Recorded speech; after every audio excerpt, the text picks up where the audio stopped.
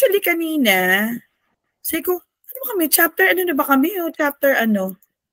Tapos, syempre, sinunod ko si Ella. Anyway, I think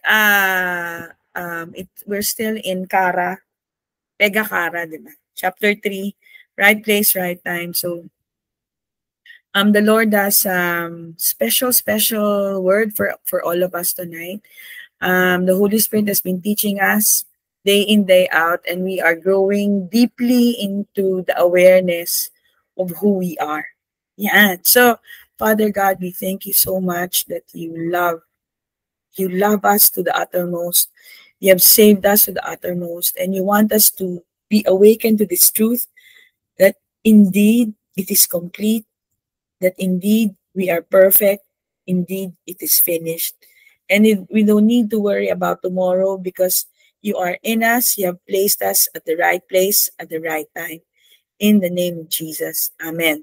So let's begin with this because I'm reading a book by Robin Smith, yung Behold the Lamb, and this is the opening of her book, and this is her prayer for her future grandchildren, grandchildren, ganyan. And it caught my attention. So I go, oh, I would like this prayer for myself, for my family, and for you guys. Sabi niya, my deepest hope for all of you is that you will be the generation that fully embraces and rests in the truth of what Jesus finished, not only for you, but not only for you, but also as you.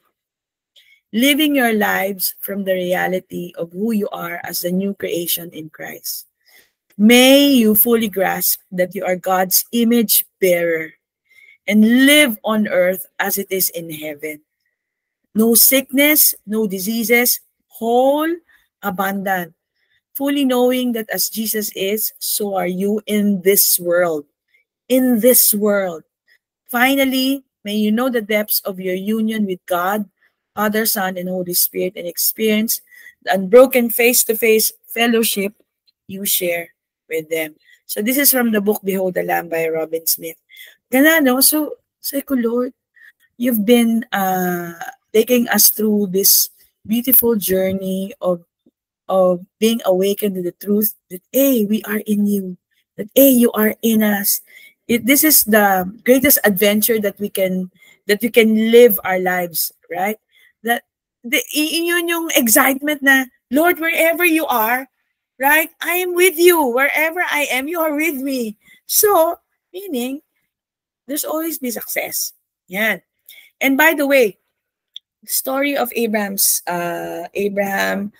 servant was actually in the context of the Lord, of Abraham asking the servant for the bride of Isaac. So it's all about, again, the Lord's bride, because the Lord is the bridegroom. Yan. So, okay, let's go back. Ecclesiastes 9:11 verse 12. I returned and saw under the sun that the race is not to the swift, nor the battle to the strong, nor bread to the wise, nor riches to men of understanding, nor favor to men of skill. So it doesn't matter, right? All those, although I'm not belittling it, those are important, but Ecclesiastes 9:11-12 is saying, you know, it doesn't matter if you're cum laude or whatever. It's not to the wise, it's not to the strong, but time and chance happen to them all. For man also does not know his time. Yeah, but yung operative word, yung know, di ba? If you do not know what the Lord has finished for you, you will be like a fish taken in a cruel net, like birds caught in a snare. So the sons of man are snared in an evil time when it falls suddenly upon them. So it's all about having this awakened mindset. Right? That, hey, the Lord has orchestrated everything because He owns time. And He has orchestrated Kara for you because He is in you. So tingnan natin naman kasi hindi natin makikita pag English lang. But time and chance happen because of who? Because of Jesus Christ. To them all. All who will be awakened to the truth. Kasi pag hindi mo alam, you will be duped. Pag hindi mo alam, you'll be like a bird caught in a snare Because of your wrong thinking, because of your wrong mindset. Because you really don't believe that you are loved by your bridegroom. Yan. So Aleph Tav again. So Aleph Tav, makikita, diba dinefine natin yung Aleph Tav as the Lord Jesus Christ.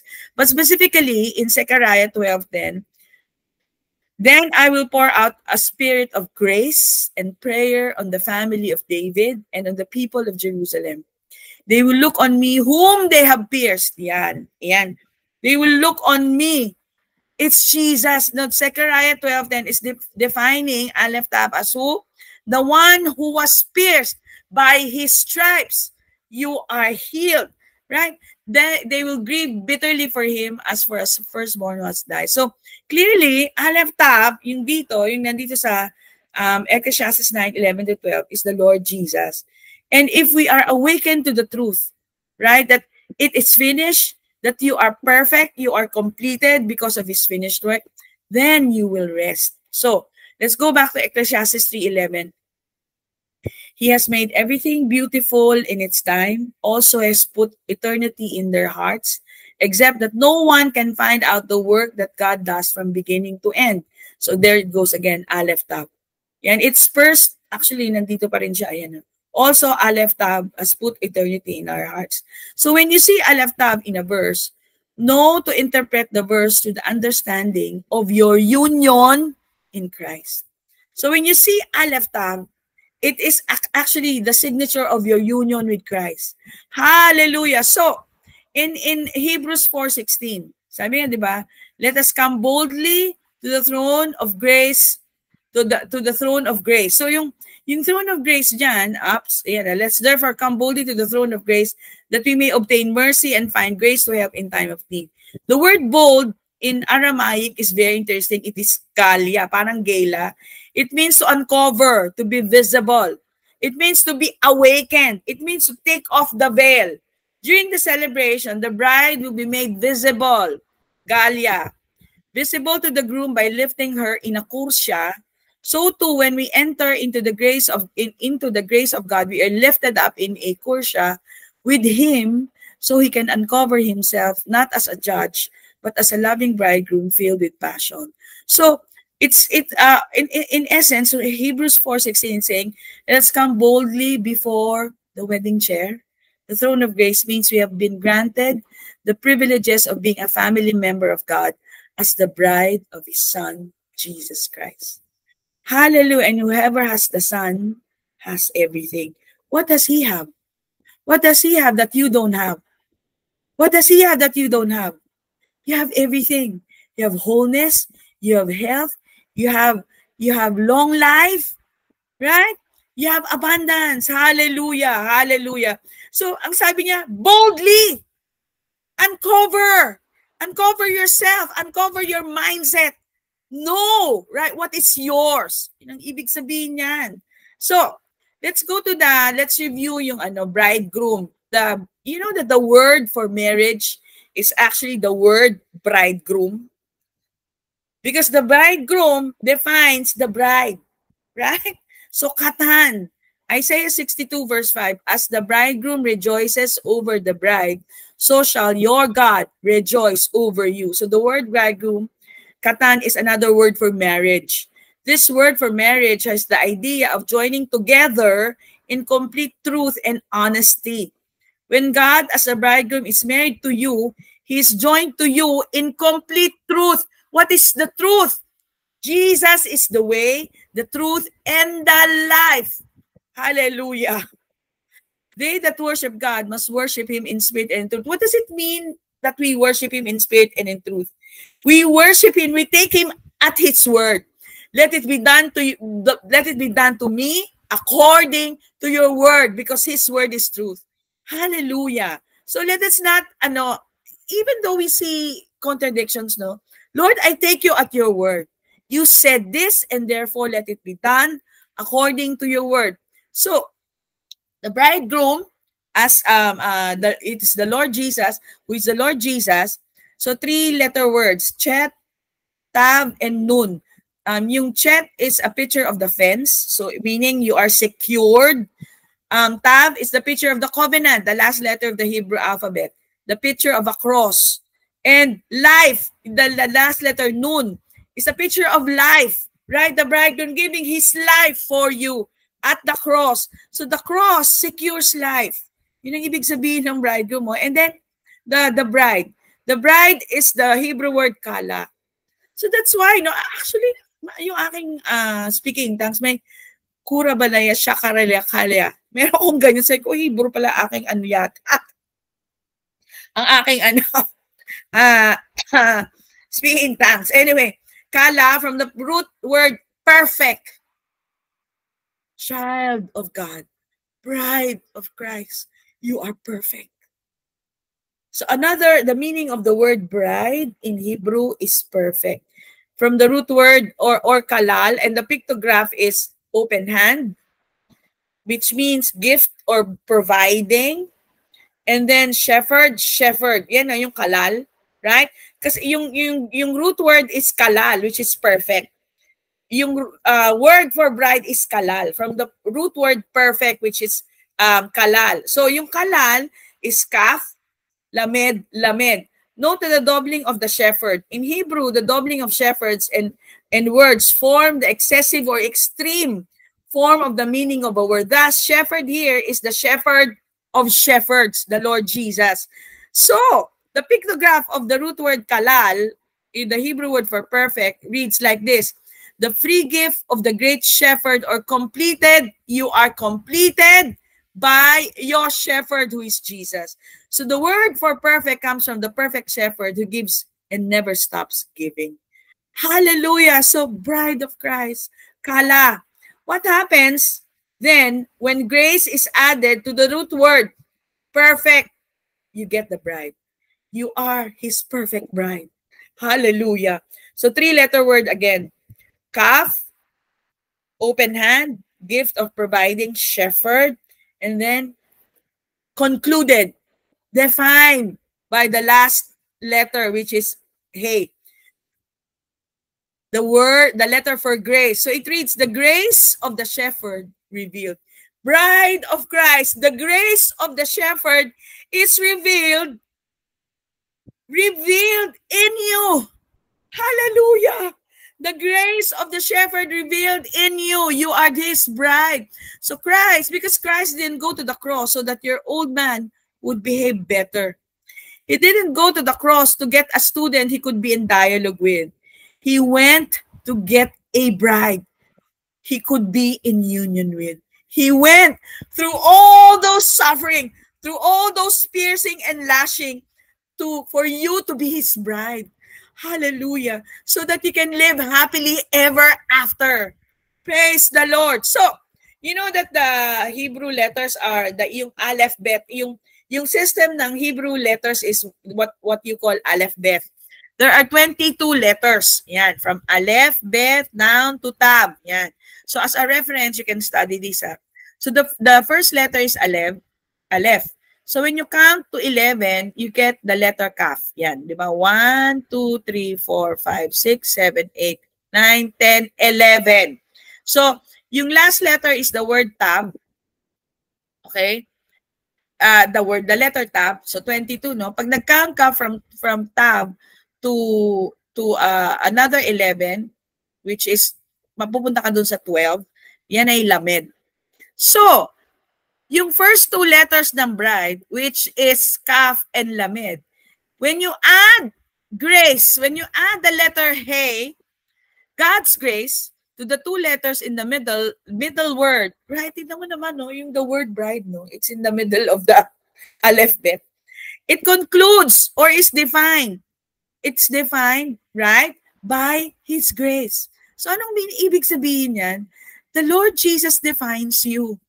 You are not defined by what you do or by what you did. The Lord defines you. Hallelujah. So, burahin mo na I did these terrible things in the past. I'm experiencing this, etc., etc. I'm seeing unfruitfulness. No, the Lord defines you, His bride. Jesus defines the very being of you. Jesus defines the very being of the bride. So hear the Father's heart when he says about the bridegroom and the bride. Lift up your eyes, open your eyes round about, and behold, all this gather themselves together and come to you. As I live, says the Lord, as he lives, and he lives forever, right? He shall surely clothe you with them all as with an ornament and bind them on thee as a bride does. And Isaiah 49 verse 18. And John the Baptist testifying about the bridegroom making the way, he who has the bride, he who has the bride is the bridegroom. So, tingnan mo yung words, no? He who has the bride is the bridegroom, because you and the bridegroom are one.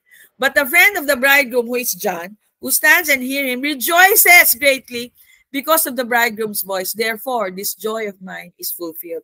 And John the Apostle, when shown the bride in Revelations 21, 9-11, and this is how you look like. This is who you are. This is who you are. Then one of the seven angels who had seven bowls filled with the seven last plagues came to me and talked to me, saying, Come, I will show you the bride, the Lamb's wife. You are the Lamb's wife. And he carried me away in the spirit to a great and high mountain and showed me the great city, the holy Jerusalem, descending out of heaven from God, having the glory of God. Her light was like a most precious stone, like a jasper stone, clear as crystal. This is how God defines you. This is how God looks at you. This is who you are. And the Spirit of God residing within, calling out, and the Spirit and the bride say, Come. Let him who hears say, Come, and let him who thirsts come. Whoever desires, let him take the water of life freely. In Revelation 22, verse 17. Hallelujah, hallelujah. So, now you can say he's really made everything beautiful in its time. It is completed. And he has put eternity in their hearts. Forever complete. Forever perfect. Except that no one can find out the work that God does from beginning to end. So, review lang natin, yung et. Et is the word, the Hebrew word for time. And it has two-letter words, ayin and tab. So, in my definition, kasi two-letter word, no, see the cross. Always in front of you. See the finished work of Christ. Yun yung et, yun yung time. We also see the beautiful eternal plans of God redeemed in time in the incarnation of the Son. So the word time in this verse is the word et and means season, season or time, long, due, season, and always. The root word is to answer, to respond, to announce. So the ancient truth is two Hebrew letters, ayin and tab. So in the picture language, it's an I, and also the last letter, which is tab. So it's a beautiful encouragement from the Holy Spirit to really open your eyes to the finished work, to the cross. Jesus came as the eternal God made in flesh and announced to us who we always were. Eternal, immortal, divine sons, his bride, made in the image and likeness of our heavenly Daddy God. Praise the Lord. Child of God, bride of Christ, see the cross. See his finished work always. Hallelujah. So another revelation for tonight is the word kara, which you will see also in Lamentations 3 verse 57. You drew near on the day I called on you and said, do not fear. So this is who is talking here? It is the Lord Jesus. But remember that this is in the Old Testament. Now the reality is he is in you. You just need to be awakened that he's so near. That he's so near, right? The nearness of you. Di ba may kantang ganon? So, it is actually the word kara. He is in your heart, right? Kara. You are always at the right time, at the right place. Because he is in you. Literally in your heart. You drew near on the day I called on you. And he's always saying, do not fear. Do not fear in Lamentations 3:57. So, going now to the story of Ruth, hinabol ko to while you were discussing. You know, during that time, no, remember yung story revolved around during the planting season, and then as the time went by, the harvest season, right? So, doon na tayo sa harvest season na. Pero next week, marami pa tayong aaralin in the life of Ruth. Okay. During this particular season, yung harvest season of bringing in the crops, there would be one person who would spend the night guarding the grain that was harvested. So, at that particular time, kahit boss si Boaz, kahit siya yung may-ari ng field, he was at the field guarding the grain. Kasi nga, baka manakaw, di ba? During this time, in the context, during that time, prostitutes found this an ideal time to pick up a wealthy client who would be willing to pay for an entire evening of services. Parang yung pag nag-dock lang yung ano, no? Yung ship, and then andun na yung mga prostitutes, inaantay yung mga seaman. Parang ganun yan in the context of that time. Okay? What they would do is to sneak into the camp where the owner was guarding the harvest, and while he was asleep, the prostitute would lay at his feet. Parang ganito yung nangyari kay Judah at kay Tamar. Remember yung story nun? Anyway. This would indicate that she was ready to negotiate a price for her services. But iba yung story ni Ruth. Di ba she was given an advice by Naomi. Sabi niya, do this. Di ba? Meron silang dialogue eh. So, ang nangyari nga, di ba? Later na to. As ang nangyari, you see the spreading of the garment in Hebrew is parasta kenafeka. Ayan. Parasta kenafeka, which literally means to take me under your wing or protection. So, yung pag ganun ng cloth, ng garment, hindi ginagawa ng mga prostitutes yun. So, Ruth was instructed by Naomi to do this, yung parasta kanafeka. So, it literally means when you do that, you're saying, take me under your wing or protection. So in verse 4, we learned that Naomi told Ruth to do this little ritual and that he would tell her what to do. So the word he in Hebrew is who, and the Midrash says that it is a reference to God, not Boaz. So when you go to the verse in Ruth 3, God would tell her what to do. Boaz would understand that this gesture was not Ruth propositioning to him as a prostitute, but it was symbolic of that time, which is a part of the Bade Kenish, which is a part of the wedding ceremony, where the bridegroom puts the veil over his bride's face to say, "You are beautiful on the outside, but it's your inner beauty that I love. And if time removes the outer beauty, I will still still be in love with you for your inner beauty." Yung pala yung ibig sabihin nun. So, sabi ganun ni Boaz, diba, who are you? He asked. Sabi ganun ni Ruth, I'm your servant. She said, spread the corner of your garment over me since you are a kinsman redeemer. So, yung pala ang ibig sabihin nun, it is the Badakenish. Ito, Badakenish. Meaning, Ruth was asking for Boaz to take her under the wing of his protection. So beautiful, right? So yun yung us have now in the context of the new covenant, right? Because now it is finished, correct? Now the kinsman redeemer is in us. Literally, we are in his protection. Literally, we are under his wing of protection. Hallelujah. So you do not need to be fearful. Do not fear, my bride. Yan. Hallelujah. So meron akong na-discover na in conclusion or as a last part. Meron akong na-discover na prayer. Sabi niya ganyan. Incidentally, ang nag-write nito ay si Ruth, another Ruth Barrow. Sabi niya, prayer has far more to do with what God wants to do in us than with our trying to reach or realize still less entertain God in prayer. This truth eliminates anxiety and concern as to the success or non-success of our prayer. For we can be quite certain that if we want to pray and give the time to prayer, God is always successful.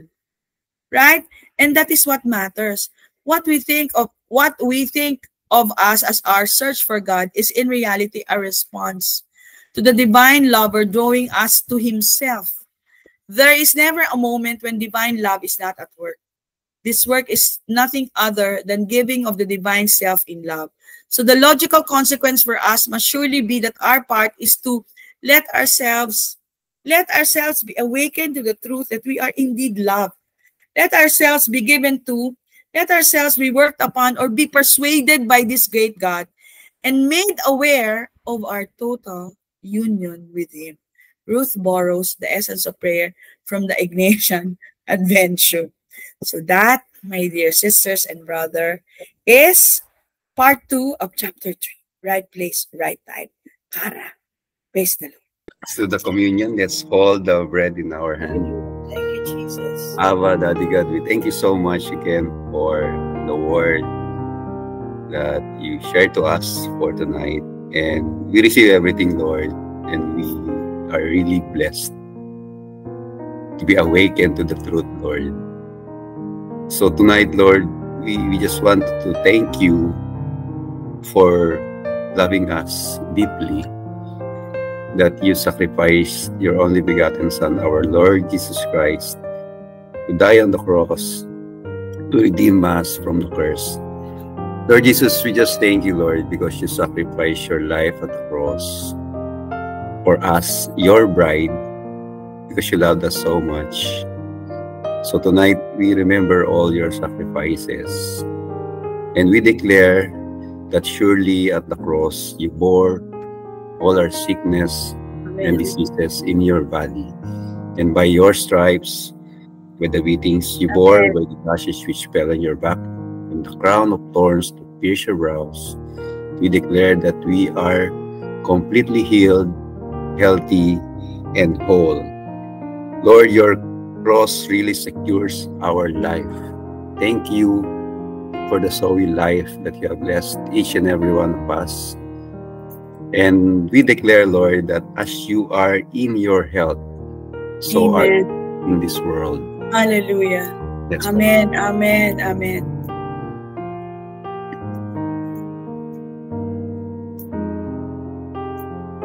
Let's hold the cup. Lord Jesus, thank you for your precious blood that was shed on the cross. Today, Lord, we are completely forgiven, forever forgiven, and washed whiter than snow.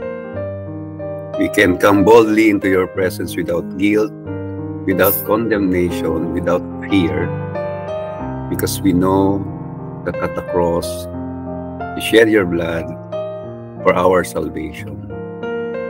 So thank you, Lord, that you made us the righteousness of God in Christ only because of your finished work at the cross. Today, Lord, we declare that we are greatly blessed, deeply loved, and highly favored in the beloved. Today, we are seated at the right hand of God in Christ. Amen, amen. And we receive all blessings that crowns the righteous from the top of our head down to the soles of our feet. Thank you, Jesus, because this is your will for us. And tonight, we just rest in your peace, knowing that you love us so much, that we are blessed and deeply loved. So we thank you, Jesus. And as we drink, Lord, we celebrate our salvation, our holiness, and our union with you, because with you, all things are possible. In this, amen.